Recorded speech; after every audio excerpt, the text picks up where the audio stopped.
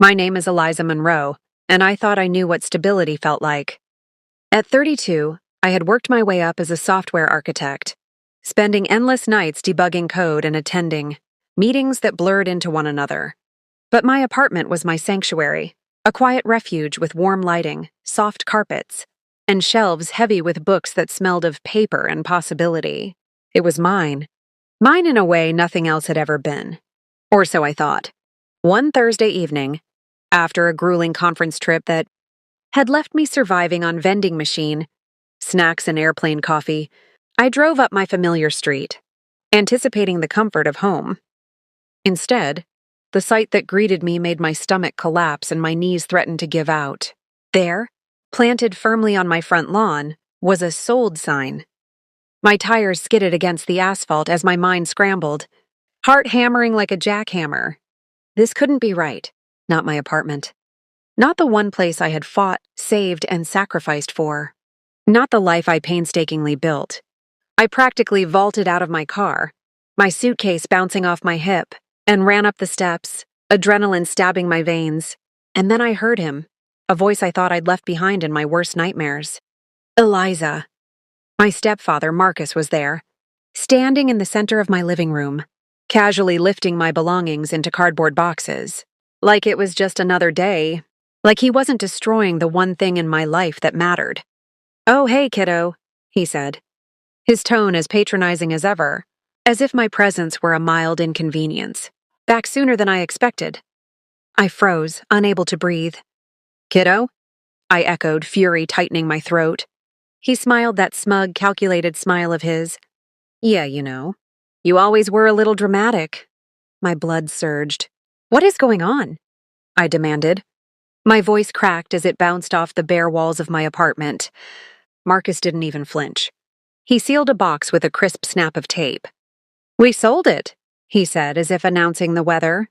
My stomach lurched. "We? What do you mean we?" He finally looked at me, eyes glinting with amusement. "Your mother and I decided it's better this way. That place? Too much for someone your age. You'll thank us later."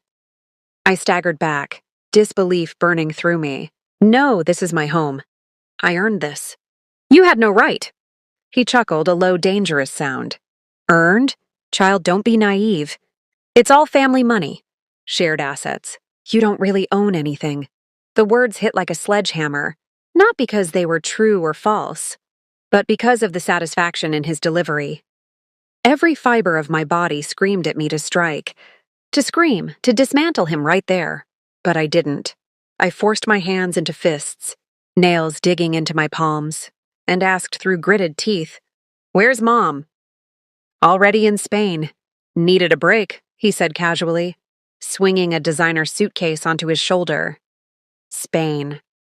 So they took my money, sold my home, and flew across the world.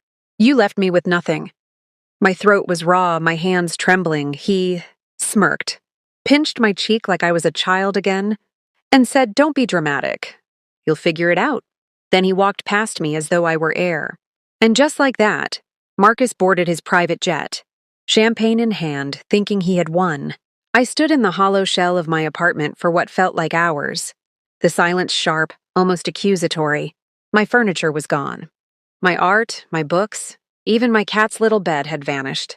The emptiness pressed down, making my ribs ache. I wanted to scream. I wanted to collapse. But I did neither. I picked up my phone and tried calling my mother. No answer. Not the first call. Not the second. By the fifth, my hands shook so badly I had to sit. I sent a text, "Call me now." The reply came slow, casual. "We'll talk when I'm back."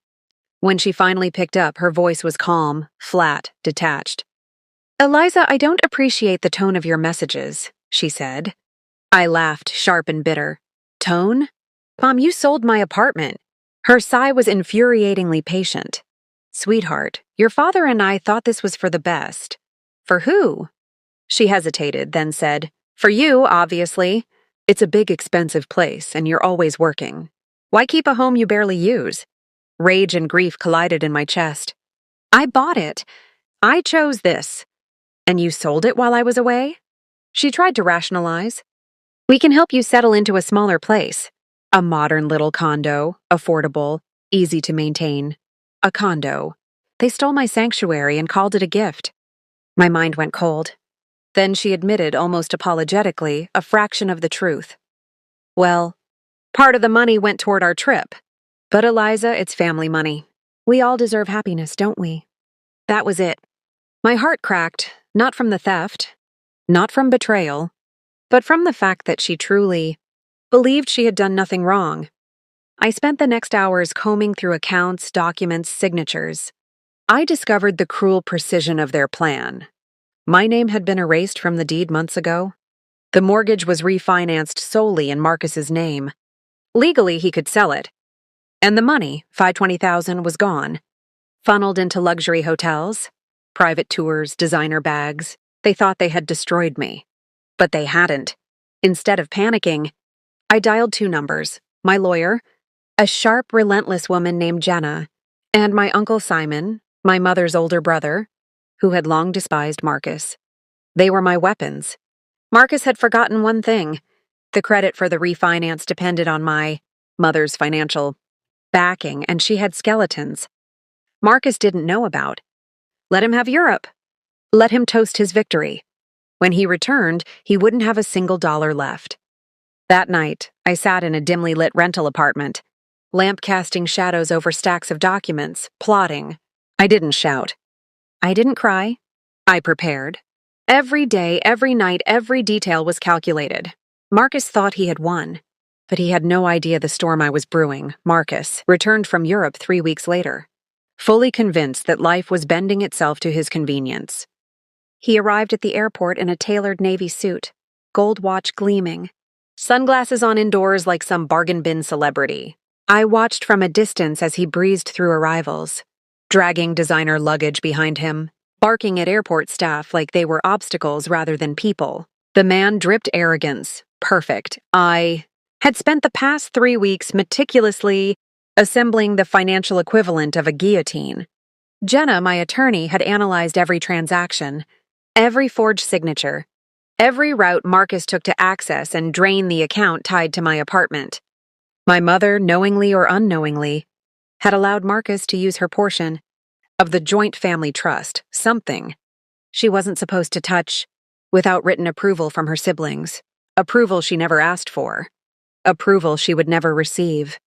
My Uncle Simon had been livid. I could practically hear him turning purple over the phone.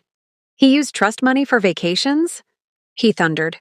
Your mother might be blind, but that vulture isn't taking a cent without consequences. And that was when he told me something I hadn't expected.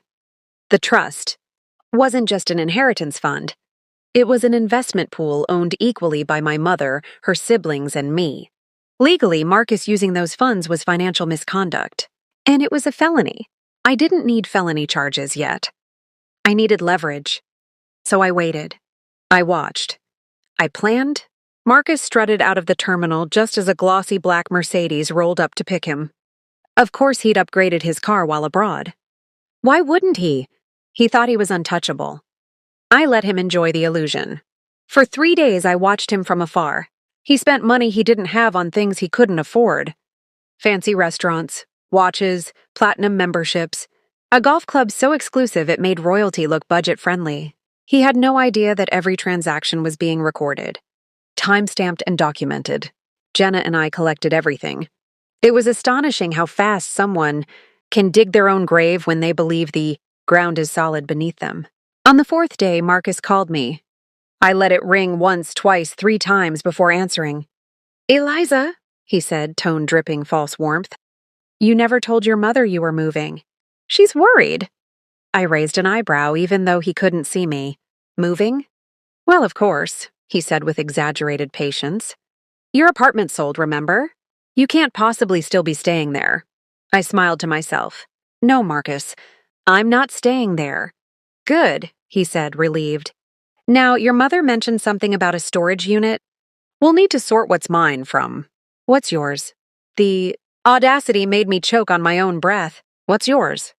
Yes, well, your mother and I did make decisions together. And some furniture? I cut him off. Marcus, you sold everything. Silence. thick, guilty. Well, he cleared his throat. Yes, but it all went toward the greater good. Your good, I corrected. Our family's good, he insisted. I could practically hear him sweating. Eliza, you're being emotional. Marcus, I said quietly. You should be worried. He froze. I could feel it. His next words cracked. Why would I be worried? I didn't answer. I hung up.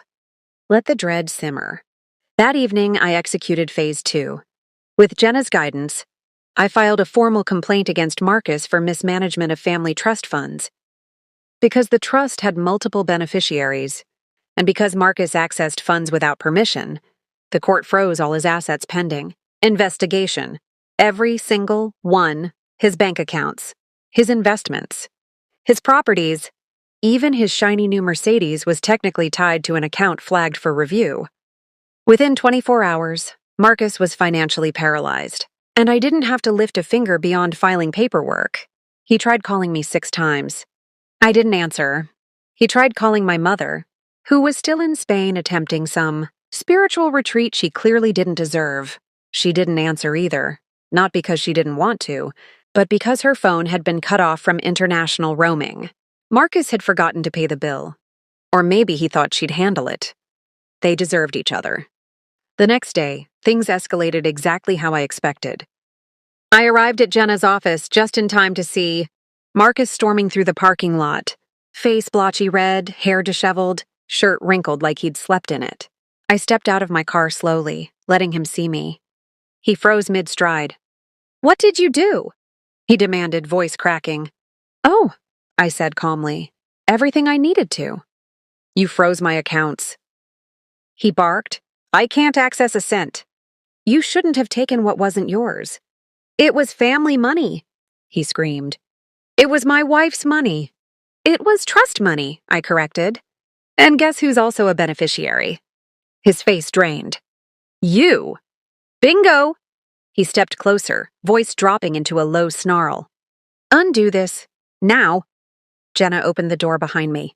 Mr. Caldwell, she said coolly, if you continue threatening my client, I will add harassment to the list of filings.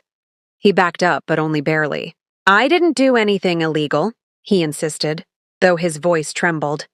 You can't prove anything. Jenna arched an eyebrow. Would you like me to read the list of transactions involving trust, accounts and personal expenses, the luxury hotels, jewelry, flights? His jaw tightened. Those were gifts. For yourself? He flinched. The silence afterward was almost satisfying. He looked at me then, really looked. No arrogance, no confidence, no smug superiority. Just fear, raw, helpless fear. You're ruining my life, he whispered. Marcus, I said softly, stepping close enough for him to feel the malice in the air. I'm not ruining your life. I'm returning what you stole. The consequences belong to you. And then I walked past him and into Jenna's office. That night, he showed up at my temporary apartment, pounding on the door, shouting my name, demanding I face him. I didn't open the door, but I recorded every second. The next morning, Jenna submitted the recording to the judge as evidence of intimidation. By noon, Marcus was hit with a restraining order. He had started a war thinking I was weak. He underestimated how dangerous a woman becomes when she has nothing left to lose. And I was only getting started. The week that followed was intoxicating in its precision. Marcus's life, the one he thought unshakable, was unraveling brick by brick. Every luxury, every advantage, every illusion of control, gone. Jenna and I dug deeper, tracing hidden offshore accounts and undeclared assets. Every transaction exposing the reckless, greedy man he really was. My mother, now panicked and unreachable in Spain, was no longer a factor. The distance worked in my favor. Marcus had thought his power over me and my finances was absolute. He hadn't counted on patience, planning, and allies who despised him as much as I did. Uncle Simon, my silent partner in this war, had a particular delight in uncovering Marcus's misdeeds. Each new discovery was a hammer striking a nail in the coffin of Marcus's arrogance. Fake deductions, phantom business expenses, cash withdrawals with no paper trail, all evidence Jenna meticulously cataloged. By the end of the second week, The trust accounts were frozen, lawsuits were pending, and Marcus's personal credit had taken a nosedive. So severe he couldn't even rent a car without background checks flagging him. He had no access to the bank accounts that had funded his extravagant European vacation, his bespoke suits, his champagne nights. He was untethered, unmoored, and vulnerable in a way he had never experienced. And still, he didn't understand. He called me at odd hours, voice trembling, desperate for mercy. "Eliza, please. We can talk this out." "You don't understand." I hung up without a word. His calls became frantic, erratic, pleading. Every text, every email, every voicemail was evidence of his desperation and my growing advantage. One afternoon, as I sat in a quiet cafe sipping black coffee and reviewing documents with Jenna, I felt a presence behind me. A voice dripping with smugness spoke. "Well, well. Didn't expect to see you out here without an escort." I froze. Vanessa, Liam's ex, the woman whose idea of fun was inserting herself into chaos. Her smirk was sharp, triumphant, eyes gleaming with the thrill of confrontation. "Word travels fast," she teased. "Guess losing your home makes a big headline." I didn't flinch. "I didn't rise to bait." "Not today," I said quietly. She leaned closer, voice a whisper of venom. "Liam always said you were too proud for your own good." Guess he was right. Before I could reply, Liam appeared behind her, fists clenched, jaw tight. "Vanessa, step." "Back," he growled. She shrugged, still smiling, almost smug. I smiled inwardly, barely. Vanessa was irrelevant. A mosquito buzzing around the ruins of my life. My real war was with people who carried my blood. When the day Marcus returned from attempting to liquidate his few remaining assets arrived, I was ready. The air itself seemed electric as I drove past my old apartment building, observing from across the street. Marcus emerged from a taxi, dragging a suitcase, sunglasses in place, arrogance clinging to him like a second skin. He approached the keypad to enter the building. Beep, red, beep, red, beep. Again. His smirk twitched. The door didn't open. He knocked, hesitated, then banged harder. My mother appeared pale and anxious, a ghost of her usual self. "Marcus, what did you do?" she hissed. He stepped back, confusion etching deep lines in his face. "What do you mean?" Her eyes widened. "The code isn't working. Our accounts are frozen." Marcus froze mid-step, looking around frantically. "What?" I remained in the car, expressionless, savoring the collapse. Within hours, notices from financial institutions and government agencies arrived. The IRS, alerted to irregularities in his filings, launched an audit. His offshore accounts were flagged. The trust, once a playground, became a trap. He staggered, looking for escape, realizing too late that every fortune he had spent carelessly was now untouchable. That evening, my mother called me. Panic vibrated in her voice. "Eliza, do you know what's happening?" I leaned back, sipping a glass of whiskey, letting the sound of her desperation fill the room. "You and Marcus stole my home," I said evenly. Silence. Then, "It was for your future. You're always overwhelmed." "Stop. Just stop." I cut her off. "You sold the only thing I built for myself. The one thing I loved." Her voice broke. "We made a mistake." "Yes, they did." I hung up. By 11:47 p.m., there were slow, deliberate knocks on my door. I already knew who it was. Marcus, disheveled, hollow-eyed, his jacket wrinkled, hair matted. "Eliza," he croaked. "Please. Just a place to stay a night. I have nowhere else." I opened the door a fraction, arms crossed. "This isn't your home." "I know." He flinched, swallowing. "I didn't mean for this to go so far. I was trying to help you. By forging my signature? By draining my savings?" His shoulders slumped. "I thought I could fix it later." "Get off my property," I said quietly. When he didn't, I shut the door. The pounding started. "You selfish brat! I took care of you. You owe me." I dialed 911 for a welfare and harassment complaint. Marcus ran before the police arrived. That night, for the first time in weeks, I slept without the gnawing anxiety of betrayal. The collapse was faster than even I anticipated. The IRS investigation gained traction. Jenna filed the fraud case. My mother, faced with panic and ruin, filed for divorce. Accounts were frozen. Businesses locked. And through it all, Uncle Simon sent texts like a puppet master pulling strings. He tried to flee the country. Arrested at the airport. Passport flagged. I laughed, truly laughed, for the first time in months. Marcus Marshall, the man who thought he owned my life, was now trapped in a cell, forced to confront every lie and greed he had ever perpetrated. I hadn't just won. I had reclaimed my life, my dignity, and my peace. Weeks passed and the dust settled, but the echoes of what had happened lingered. Marcus's arrest became headline news in the local papers. Stepfather arrested in multi-million dollar trust fraud. I read it quietly in my new apartment, the one I had finally chosen for myself, a space that smelled like possibility instead of betrayal. Every morning, I brewed coffee and let the sunlight spill across the hardwood floors, a stark contrast to the hollow silence of the apartment he had stolen from me. My mother tried reaching out, calls, texts, even letters, each one more desperate than the last. "Eliza, we can fix this. Please, just talk to me." I ignored them all. She had chosen him until the benefits ran out. I owed no one apologies, no explanations, no diminished voice. I owed no one anything. Marcus's world had collapsed exactly as it should. His extravagant lifestyle evaporated under scrutiny. Every secret he thought buried was now exposed. The trust fund? Frozen indefinitely. The offshore accounts? Seized. The hotels, the private tours, the designer clothes. They were all irrelevant now, mere reminders of hubris. He was forced to confront every lie, every theft, every betrayal. And for once, I didn't feel anger. I felt the calm of someone who had survived a storm and emerged stronger, sharper, more unshakable. Occasionally, I imagined him sitting in his cell, stripped of the life he thought he owned, realizing that the person he underestimated, the one he tried to destroy, was the one who rebuilt herself from nothing. And rebuild I did. The court awarded me a settlement that covered what he had stolen, plus compensation for the stress and legal costs.